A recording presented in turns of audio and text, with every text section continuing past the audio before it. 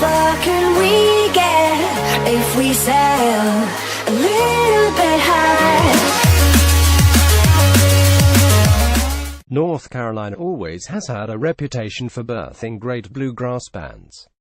But it's remarkable what Steep Canyon Ranges have done musically over the nearly 18 years they've been performing, especially for an outfit created inside a dorm room at UNC Chapel Hill. The band has averaged nearly one album release per year since forming, juggling the creation of new music for themselves alongside their duties as the backing band for comedic actor Steve Martin's side gig as an ambassador for the banjo. That has meant a never-ending cycle of days spent either on the road performing or in a studio recording. That kind of grind can get to any artist. So perhaps the most surprising thing about founding member Charles Humphrey's announcement this past December that he was leaving the band was that the bassist is only the second full-time member to have ever left the group.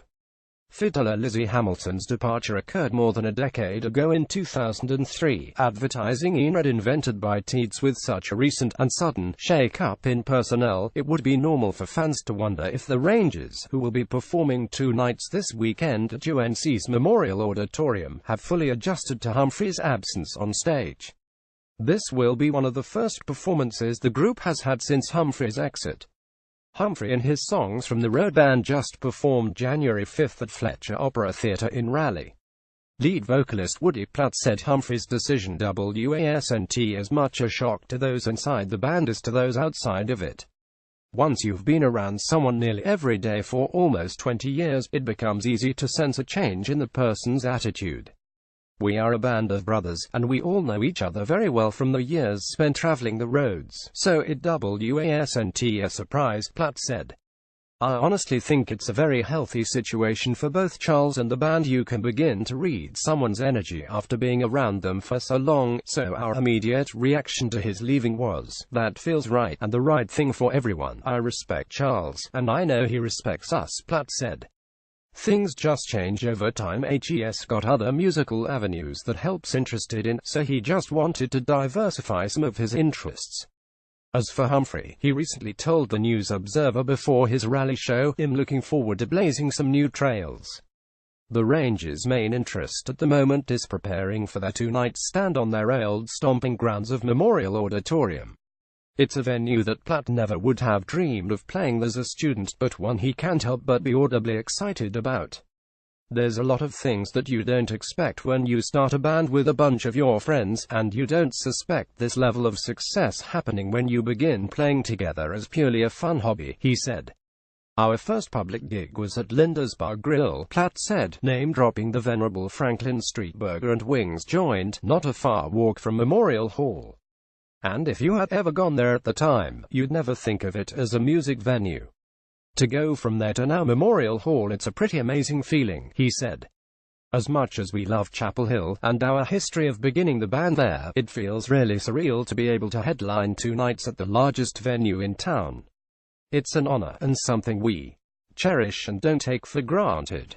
Of course, nothing has come easy for the Rangers in their careers, and even with the success they've gained among the peers within the world of the International Bluegrass Music Association, even a couple of hometown shows come with their own challenge.